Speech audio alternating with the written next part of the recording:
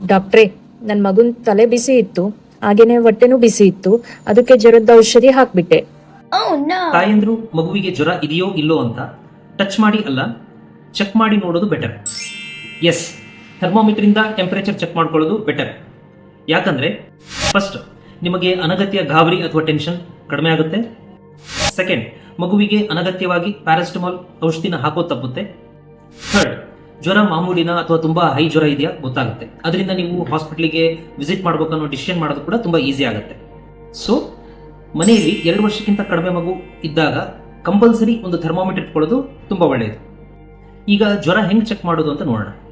Digital ಥರ್ಮೋಮೀಟರ್ನ on ಮಾಡಿದ್ಮೇಲೆ ಒಂದು 5 seconds ನಂತರ ಆ ಥರ್ಮೋಮೀಟರ್ನ ಮೆಟಲ್ ಟಿಪ್ಪು ಮಗುವಿನ ಕೊಂಕಳಲ್ಲಿ ಈ ತರ ಇಡೋಣ.